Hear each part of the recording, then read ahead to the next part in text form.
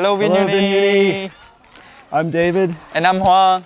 We're here in Kon K'tu Village, Kon Tum province, Central Highlands of Vietnam. Why are we here? We are here to learn about the environmental intelligence of Rao people. We're here to learn from them what they know about the environment and their traditions, including music and gongs and dance and this traditional architecture. Look at this beautiful house. We'll get someone to give us a tour of the house and explain all the different parts, the different names. Hi, I'm David Harrison. I'm here in Kon K'tu Village, and I'm with Dr. Trần Hoài. He's an anthropologist. He's been studying the Bahnar culture for many years, and he's going to show us a traditional Bahnar house, which we see right here behind us. What is the name for this house? In Bahnar, they call it Hanam Rong. Hanam Rong. Yes. Hanam Rong. And is this the kind of house that people would live in, or it's just for ceremonial purposes? It's only for ceremony purposes and for the communal gathering. So this house in Kon K'tu Village is very famous. People come here, tourists come here to take photographs of this house. It's an iconic house of this village, and the local people are very proud of this house. Is that right? Yes. It became a symbol of Bahnar culture. It's a symbol of the Bahnar culture. Great. Okay. Well, I think we're gonna go inside and we're gonna meet the chief, Chief Ben. Is that right? Okay. Yes, Chief Ben. Let's go see Chief Ben. Yes. Hello, Chief Ben. Michael. This is a beautiful house. How many different plants or types of wood does it take to build this house, and how much time?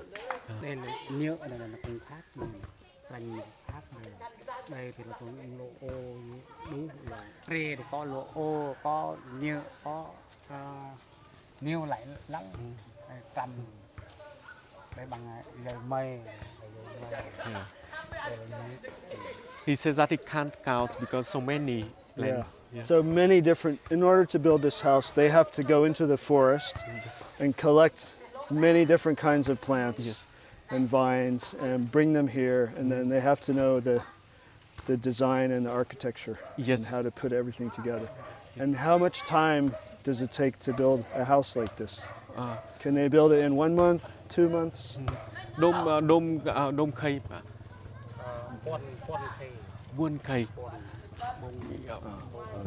4 months. 4 months.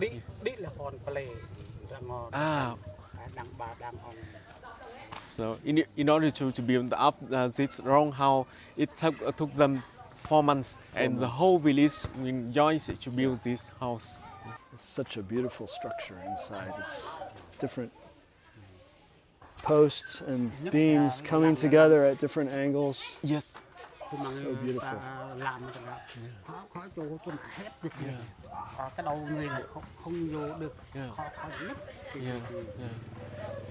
So when they're building this, someone has to climb up all the way to the top. So whose job is that, to climb up to the top? Men in the village climb up because they have to climb up very high to the top of the house.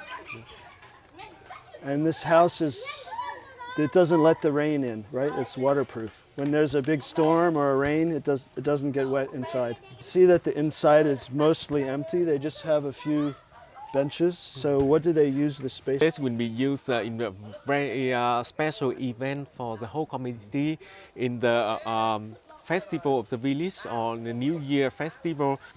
And I see that everything is tied together with plants. So there's no metal in this construction. Is that right? It's all made out of plants. Yeah, no metal. Yes. The whole structure is made from plants and trees. Yes. Over here I see some designs. People drinking rice beer, some other symbols.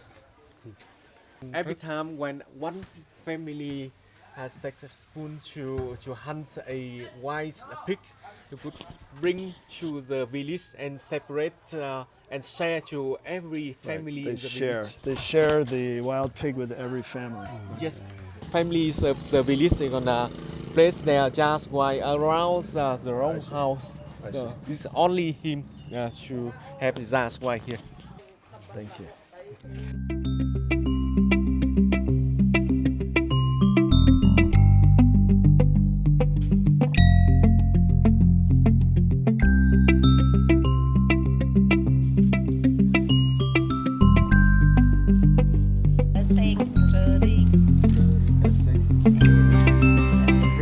Mr. Ben, who's the chief of Kon K'tu Village, and he's been explaining a lot to us about these very important objects we see here. These are baskets of all different kinds, and people are still making these baskets in the Bahnar community. Each one has a different purpose, and each one is made out of some different materials. For example, this basket requires 3 different materials to make. It's made out of bamboo, rattan, and a special kind of wood. And as Chief Ben was explaining to me, rattan, the raw material, has become very difficult to find. They have to go very far into the forest to find this material. So now they're substituting cloth or even plastic for this part of the basket. All of these represent environmental technologies, plant-based technologies. This is a men's basket. When you catch some kind of animal or game in the forest, then you put it in this basket. And then when you put the backpack on your shoulders, it's hidden, so no one can see what you're carrying in your basket. You can bring it home secretly with no one seeing it. And this basket could be used also in the forest for catching a wild chicken or some kind of bird or something. And this basket has the opposite effect. When you catch something in this basket, you want everyone to see what you've caught. So you bring it home like this, showing off what you've caught. So these are just some examples of the Bahnar's people's technologies that use the plants and the forest and the environment in a sustainable way. And we learned a lot about 2 topics. The first topic was their traditional baskets. And these baskets are still made today. Chief Ben himself knows how to make these baskets. Yes. But they require a lot of environmental knowledge. So in order to make this basket, you have to go into the forest and you have to collect 3 different kinds of plants. And some of them are difficult to find. And then you also have to know the pattern. And the pattern is not written down anywhere. You have to memorize it. You have to have it in your mind. And the next generation has to learn it by watching. Yep. So this is one of their greatest art forms, is this basket, and they make many different kinds. But I was struck by the similarity between the basket and the communal house, which is behind me. You can think of the communal house as kind of like a giant basket. It requires similar botanical knowledge.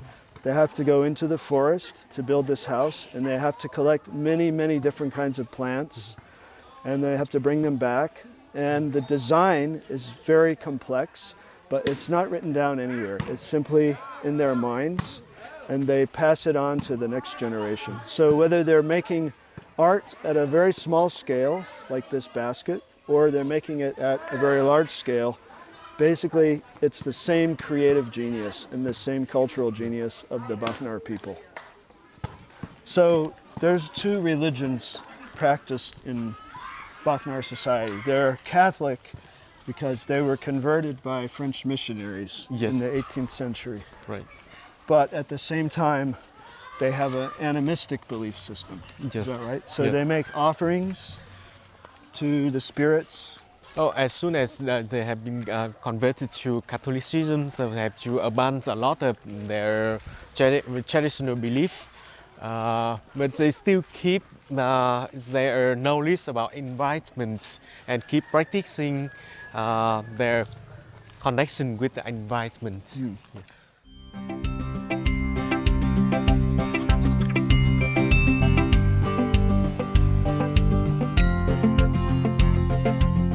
Hi, I'm David Harrison. I'm here with Dr. Hoai Chan. We are observing the rice harvest of the Bahnar people. Tell me why rice is so important to the Bahnar people.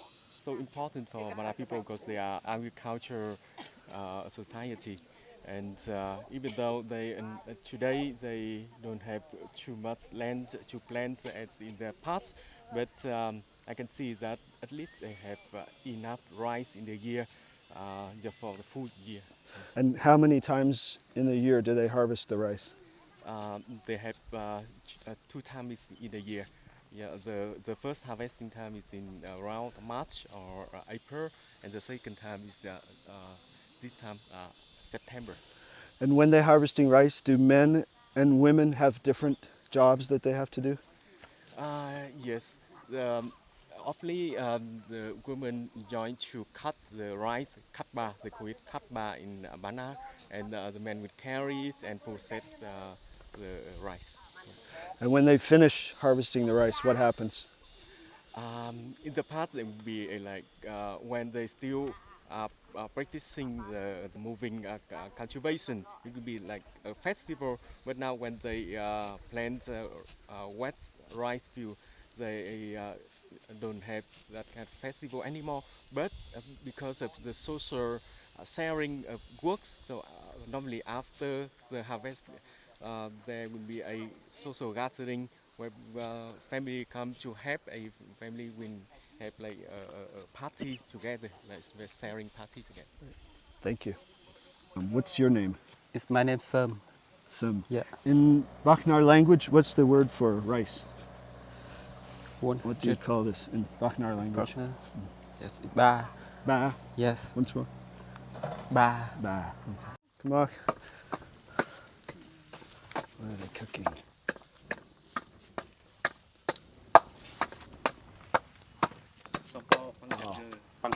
Do they eat these snails? These are from the rice terraces. This is a bowl.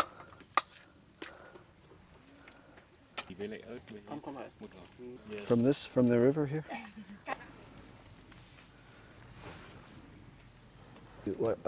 What's this in Bahnar language?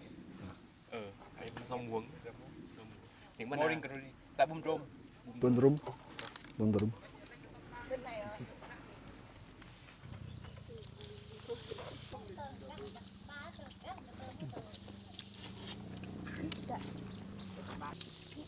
Oh, spicy.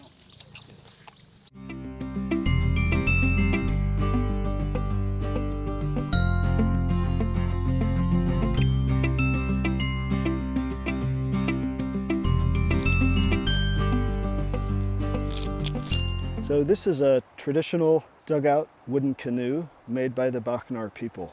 And in order to make this canoe, they have to go deep into the forest and they have to find a very large, very old tree.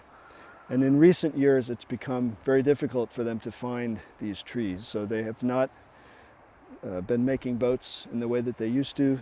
The technology and the knowledge is disappearing, but they're still very proud of this as a symbol of Bahnar culture and a symbol of their special relationship with the forest, which they consider to be sacred. In the Bahnar language, this boat is called plong. How do you count from 1 to 10 in Bahnar language? Very slow, very slow. Yes. Okay. Moon. Mon. Yes. Bar. Bar. Peng. Bang. Pon. Puan. Dam. Dam. Trâu. Trâu. Pớ. Pớ. Ngam. Ngam. Sin. Sin. Minchit. Minchit. Yes, that's right. Okay, how do you say hello in Bahnar language? Inkmat. Unkmat. Unkmat. Inkmat. Unkmat. Inkmat. Yes. How do you say goodbye? Wake your mặt lưng. Vek yip ma lung. Wake your mặt lưng. Vek yip ma lung. Yes. Okay. How do you say thank you? Inkpene. Ingpene. Yes. Inkpene. Ingpene. How about, what's the name of this village? Kon K'tu. Kon K'tu. Yes. Kon K'tu. Yes. Is this a person or a monkey? Yeah, monkey. Yeah, you have monkeys monkey, here? Yes, monkey. What's the word for monkey? Dog. Dog. Dog. Dog. Dog. So you have monkeys, they live here? Yeah. In the forest? Yeah. In the forest is bọc rạ. Bọc rạ yeah. He's want to do the old man in this in the village. And I have with me Mr. Nun. He is a musician and a culture expert, and he's going to be demonstrating the traditional Bahnar instrument, which is made up of 16 gongs that he's going to play for us. I think you'll find it's very peaceful and relaxing music.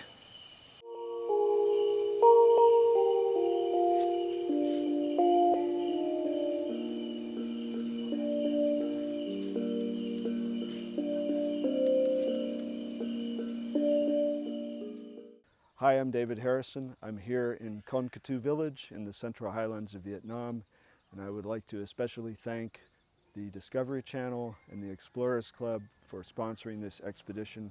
It's been a really intense couple of days. We've observed the rice harvest, we've met with artists and musicians and basket weavers and people who are carrying on the Bahnar cultural traditions. And I'm happy to say that even though the population of the Bahnar people is small, just a few thousand, they are absolutely keeping and preserving their cultural traditions, their language, and their special relationship with the environment and the forest. So thank you again to Discovery Channel for sponsoring this expedition, and I look forward to sharing Bahnar culture from the Central Highlands of Vietnam with a global audience.